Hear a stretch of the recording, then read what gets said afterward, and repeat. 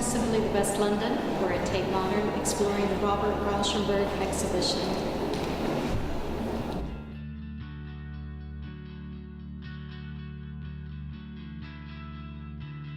Robert Rauschenberg, he is and remains, so many years after the beginning of his career, an extraordinary trailblazer.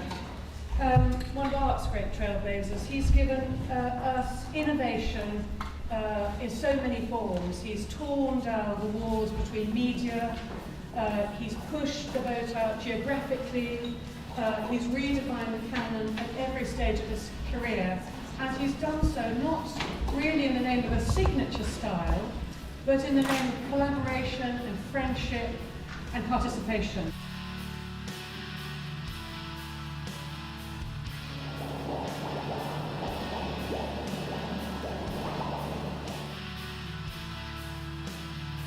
Rauschenberg did the very opposite. He brought newspapers in, comics, textiles, paints dripping and running.